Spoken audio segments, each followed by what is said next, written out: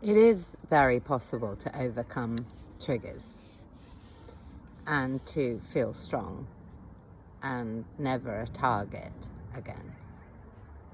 It's understanding them.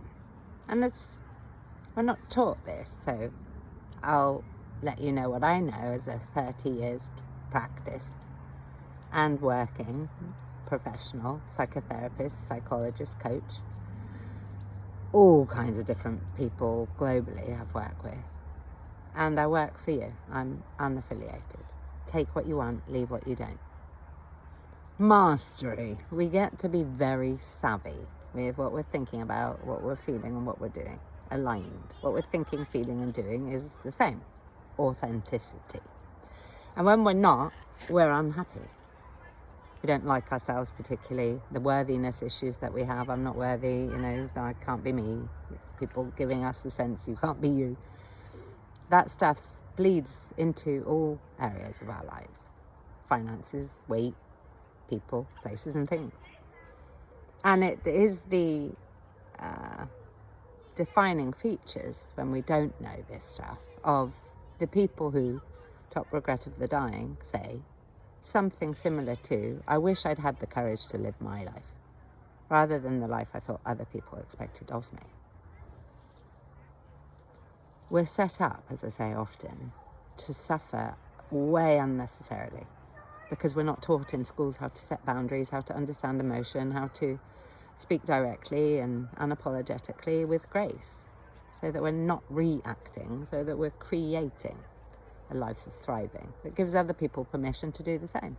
And those that push back and hate it and are intimidated by it and troll on it and censor it and so on, they're just insecure people who go into shame attack at the idea that they could learn anything or be fallible because of their own trauma in history where that wasn't allowed to be vulnerable.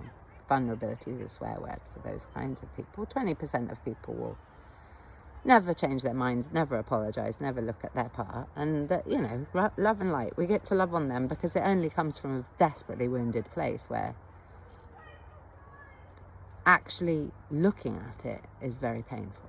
So they won't or can't, etc. Not personal. In fact, it's a backward compliment when those kinds of people attack us, because they're basically saying, you're doing something I cannot and will not do. To be unique, to have edges, to be out there, risking. And worse, doing well, success. Most feared thing, really, other than I won't be loved, is fear of success. It's ironic. Triggers. We get triggered, reactive. All the things that we do, drink, eat, smoke, self-attack, rumination, sadistic superego gets triggered and we go in our head, what can I do, what can I say, lost, less, never, overwhelm, ego, judgment. This is the heart brain. The heart develops before the brain. This is the higher self, wisdom, love, fear. Love or fear. Pick one.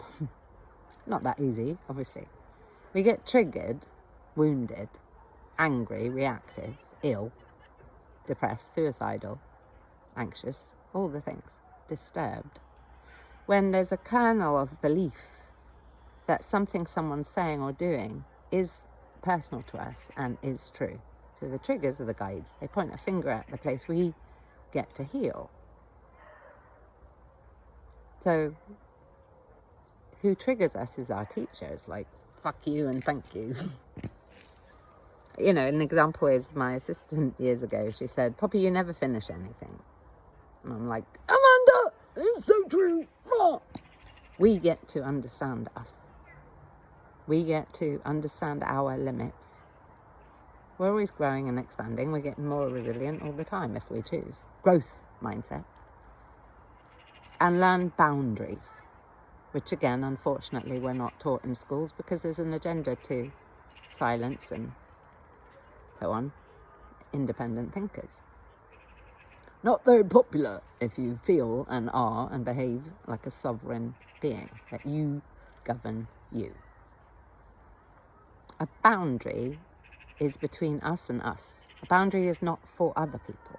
It's for us to decide what will we do, what we will do, what we won't do, what we will say, what we won't say, people, places and things, our relationship with it, make agreements with ourselves and honour those agreements. And everything flows from there. So we get to be very gentle and very kind in understanding, learning, having insights, learning ways to cope and do better. When we know better, we do better, says Maya Angelou. So I send enormous love. I have courses, of course, on this. Thrive, it's on my website. Triggers, boundaries and relationship mastery, and lots of courses you're very welcome to join. Be careful with how you are with you. There's a little person inside all of us that wants us and needs us to come to our aid and start taking care. If we're lucky, that part of us is still hoping that we will do that. Sending love.